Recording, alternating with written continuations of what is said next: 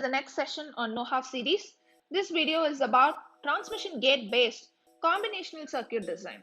So here we are going to take a very basic logic gate such as XOR, XNOR, and NAND, NOR, and OR, and obviously we will take one major combinational circuit which is used in almost all digital circuits, which is the multiplexer component. For that, we are going to see the transmission gate based implementation. So for that, we need to first understand what is a transmission gate, why there is a need for a transmission gate, and what is the working principle of this transmission gate. So the video link for this transmission gate and its working principle is given in the description box below. Just refer to that if you have not watched that video, and then come back to understand about the combinational circuit design. To start with the implementation of logic gates using transmission gate, here I have first taken the XOR and XNOR logic. So this is the circuit of XOR and XNOR. So it is going to be same for a 2-input XOR, XNOR, or for AND, NAND, or NOR. Whatever it may be, for a 2-input logic gate, we usually take 2 TGs. So here you can see that TG1 and TG2, where each TG is going to have a parallel combination of a PMOS and NMOS pass transistor. Now we need to understand how these control signals are placed as B here, and here we have B bar. See, first try to understand you have PMOS and NMOS which uses complementary properties. So therefore your control signals will also be complementary to each other. So therefore for PMOS you will have B, and for NMOS here you will have B bar. And since this NMOS is connected to the second TG's PMOS, this B bar will be the control signal for the second TG PMOS, and opposite will be the control signal for the NMOS second TG. So therefore this will become B. And then we need to understand how do we fix this A bar for XOR, and XNOR it has A bar and A. So this, if we try to understand, then we can implement very easily whatever be the logic using transmission gate. So for that, we will use the truth table of XOR and XNOR and try to understand how I have set all these inputs and the corresponding control signals. Now using the truth table of both XOR and XNOR, let us try to understand how we are going to fix this as A or A bar. Now let us first understand that B is equal to 0 from the truth table. So I set here B equal to 0, B bar is 1, B equal to 0. Similarly I set here also. And for your understanding, let me name these TGs as TG1, TG2. Let this also be TG1, TG2. Now when B is equal to 0, this PMOS will turn on, and NMOS of TG1 is also going to turn on. So in general, my TG1 is on, and here you can see this is 1 being passed to PMOS and 0 being passed to NMOS. So therefore TG2 is in off state. So when I say TG1 and on state, whatever I set here should traverse through this TG and it should reach at the drain end, and so that I should get the A XOR B output perfectly. So now here I have seen that whenever I have B equal to 0 for an XOR circuit, my F is 0 and 1. So which is exactly equivalent to A. So therefore I set here my input source terminal as A. Because when I pass 0, I can get here 0. When I pass 1 at A, I can also get 1 at my drain side. So now we need to see what will happen when I set B equal to 1. For that, let us complete the same thing for XNOR also. So now here you can see that when I set B equal to 0 and B bar is 1, similarly TG1 will be in on condition, TG2 will be in off condition. So therefore here you can check the truth table again. Whenever I have B0, what is the output of XNOR? XNOR is 1, and when I have B0, the other XNOR output is going to be 0. So here it is opposite. 0 is A and my output is 1, and when I have 1 at A, my output is 0. Therefore I set here as A bar. Now let us understand what happens when we have B equal to 1. When B is equal to 1, B bar will become 0 and this one will be 1. So similarly here also 1, 0, and this is 1. So whatever I write it in green color, it is denoting for b equal to 1. So b bar is obviously going to be 0. So now we can understand when I have b equal to 1, my Tg1 will be in off condition and my Tg2 is going to be in on condition. Similarly here, this one will be off and this one is going to be on. So whatever I write here, that will be passed at the output end. So the same thing will happen here also. So now what I should write here, look at the truth table. So here I have b equal to 1 for this combination and for this combination. So when I have a equal to 0 and 1, my XNOR output is interchange. So therefore this should be a bar. Whereas for my XNOR output, it is equivalent to a. Therefore I set here as a. That's all. It's very simple.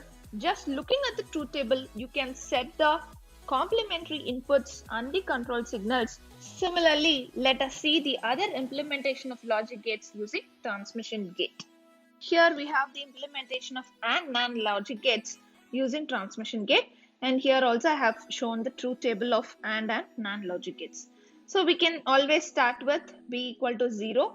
So when I set b equal to 0 here, b bar will be 1 and b equal to 0. I will explain for AND. Similarly, you can follow that for NAND gate. So when b is equal to 0, you have to check the truth table for the output. The output is completely 0. So therefore, I have grounded here. And go for b equal to 1. When b is equal to 1, your b bar is going to be 0. Therefore, just check the truth table for b equal to 1.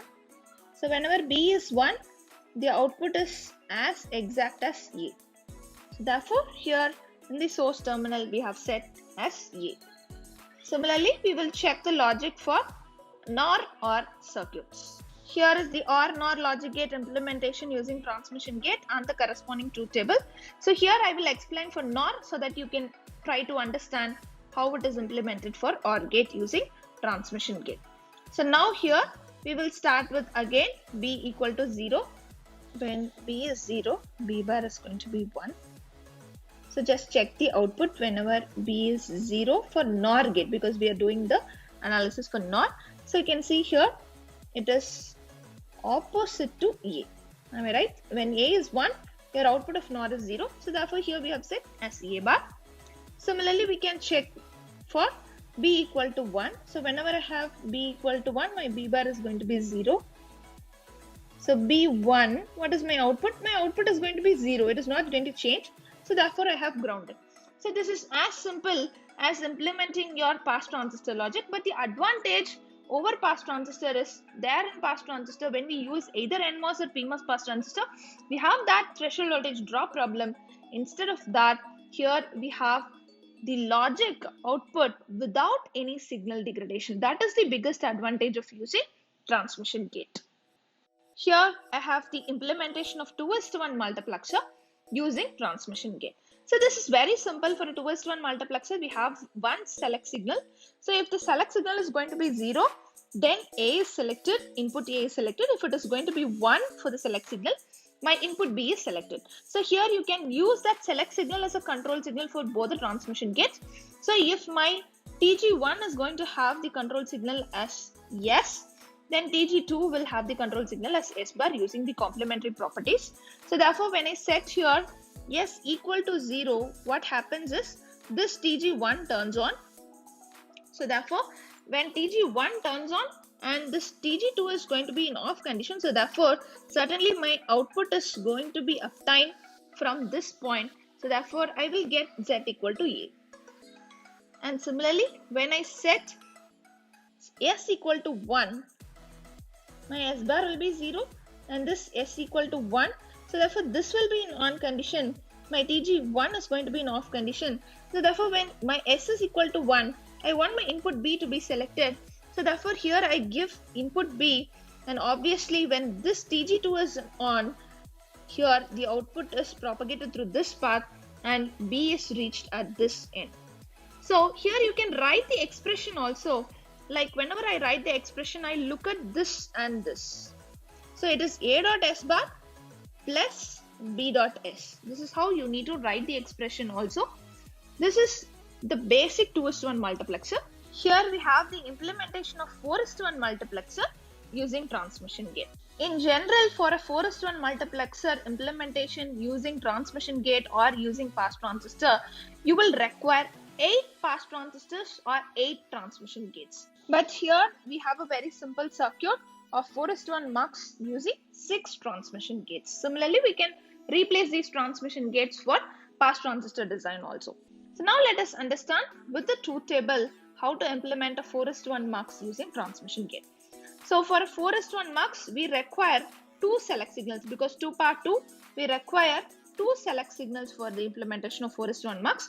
And based on the select signal inputs, my A, B, C and D inputs are selected and propagated at the output N Z. Now we have the numberings for all these transmission gates. And first, we have to look into this S1 because I have this in my truth table as the beginning one. So when I set S1 equal to 0, 0, I have to propagate my A and B to the output N Z. So when my S1 is 0, obviously you can see that the TG5 is going to turn on. Because when S1 is 0, your S1 bar is going to be 1. And when S1 bar is going to be 1, this transmission gate will not get enabled. So therefore, when I have my S1 to be 0, I have only this transmission gate 5 to be in on condition. So therefore, whatever that is uptime at this portion will not be reflected at the output N Z. Now when the transmission gate 5 is on, it is dependent on A and B, and A and B out of which is going to get selected and propagated to Z is again dependent on S0 select signal. So when S0 is going to be 1 or 0, so first I will set S0 equal to 0. So now what will happen? TG1 will turn on. So obviously when S0 is 0 and when S1 is also 0, my input A is propagated at Z. So you can see here it gets propagated to this portion, and after this turns on, it is propagated at the Z. Similarly, when you set S0 equal to 1, what will happen? When S0 is 1, TG2 turns on and B is propagated to this portion, and because here S5 is transmission gate 5 is already on, this will be again propagated to Z. Similarly, when I change my S1 to be 1, this will be in off condition and my transmission gate 6 turns on. When my transmission gate 6 turns on, it is again dependent on these two select signals.